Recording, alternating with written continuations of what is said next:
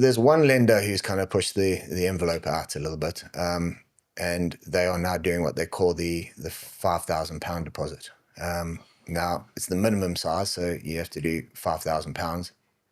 The maximum purchase price is £500,000, so it does cover the vast majority of the UK. So that's 99% on. But it's a 99% mortgage at that level, all right? And that's how they marketed it.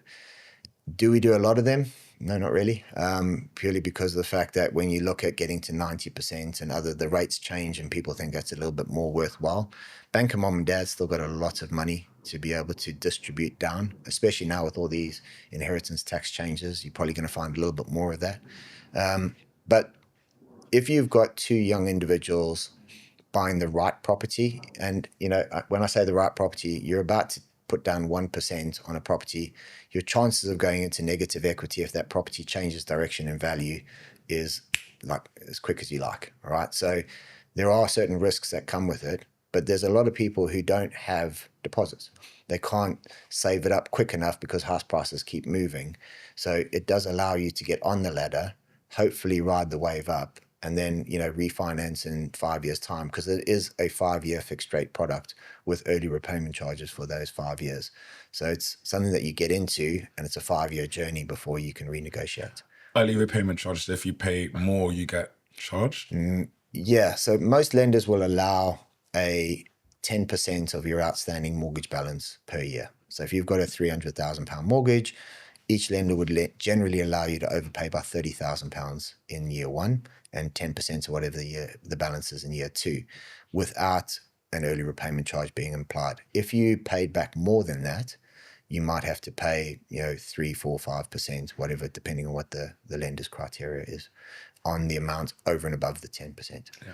So they do give you the ability to overpay. I'd probably say to you that from what I've been doing this 20 years, the amount of people that I speak to where, I have to have this 10% overpayment facility, that's where I'm going to do it. I talk to them 2, 3, 5 years, they haven't made any. They've done improvements to the house and they've done this and they've lived their lifestyle and what have you. They haven't made the contributions to the mortgage. And it's not always the right thing to do.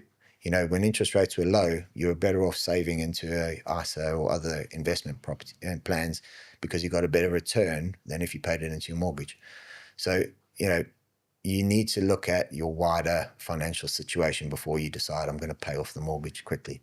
But if I was in a 99% mortgage, I'd definitely look to try and make overpayments because that risk factor of negative equity is quite scary. Yeah, they look at the deposit not as, just to get in the door, but the cushion that you have if the market turns. Correct. Yeah. Especially if you're doing a high loan to value thing. So anything 90% plus, because there's 95% mortgages, which are, a little bit more common nowadays. That 99% mortgage that's available. It's one lender, but, at least it's available. Those things are great, but they come with an added risk factor. Is the negative equity position only a bad thing if you can't pay the mortgage? And obviously you can't leave the house, right? You can't sell it. It's paying the mortgage is fine because you've taken a mortgage contract and you signed up to that 2, 3, 5 years or whatever it is on that rate. You have to make your payments there, otherwise they repossess the house and you've got early repayment charges to pay, etc. as well.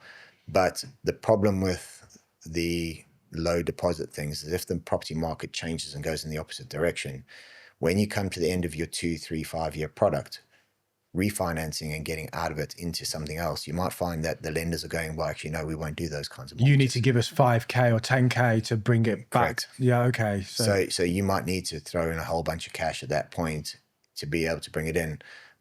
In today's market, we have a supply and demand issue, which given the way that, all of the previous governments and probably this one as well, they're not going to keep up with the amount that they're supposed to be building. So we are going to have more, demand than we have supply. So my gut feeling is that property prices will continue to edge upwards, which will be a good thing for those kinds of clients. But there's always the risk. We sit in a very weird geopolitical situation at the moment. If that changes, that'll have an impact on the wider market and things like that.